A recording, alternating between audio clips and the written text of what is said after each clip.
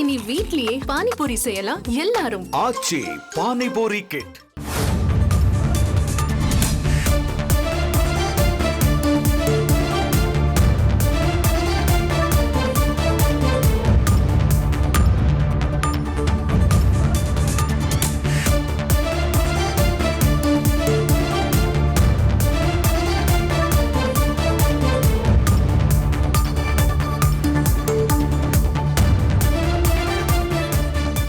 அண்மை செய்தி. தமிழ்நாட்டில் மயோனைஸுக்கு ஓராண்டு தடை விதிக்கப்பட்டிருக்கிறது.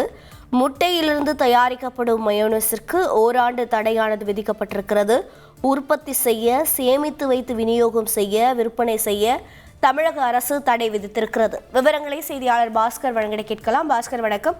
எதற்காக மயோனைஸ் தடை செய்யப்பட்டிருக்கிறது? மேலும் தகவல்கள் என்னென்ன? இந்த மயோனஸ் தெருவோர கடைகள், ஹோட்டல்கள் உள்ளிட்ட பல்வேறு இடங்கள்லயும் அந்த சவர்மா மற்றும் வறுக்கப்பட்ட இந்த தந்தூரி போன்ற அசைவ உணவு போன்றவற்றில் ஒரு முக்கிய சேர்க்கையாக மாறி இருக்கிறது.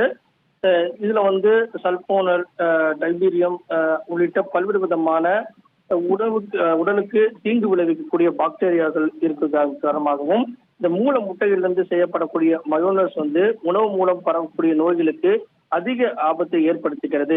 இதன் காரணமாகவே உணவகங்கள், கேட்டரிங் சேவைகள் மற்றும் சில்லறை விற்பனையாளர்கள் உட்பட அனைத்து உணவு நிறுவனங்களும் மூலமுட்டை அடிப்படையிலான இந்த மயோனஸ் பயன்பாடு, விற்பனை அல்லது உணவு விநியோகம், அதே நேரத்தில் அதை சேமித்து வைப்பது உள்ளிட்ட பல்வேறு காரணங்களை தடை விதிக்கும் நடவடிக்கையாகவே இந்த உத்தரவு என்பது பிறப்பிக்கப்பட்டிருக்கிறது. முட்டையிலிருந்து செய்யப்பட்ட மயோனஸுக்கு ஓராண்டு தடை விதிக்கப்பட்டிருக்கிறது. உற்பத்தி செய்யவும், சேமித்து வைக்கவும், விநியோகம் செய்யவும் தடை விதிக்கப்பட்டிருக்கிறது.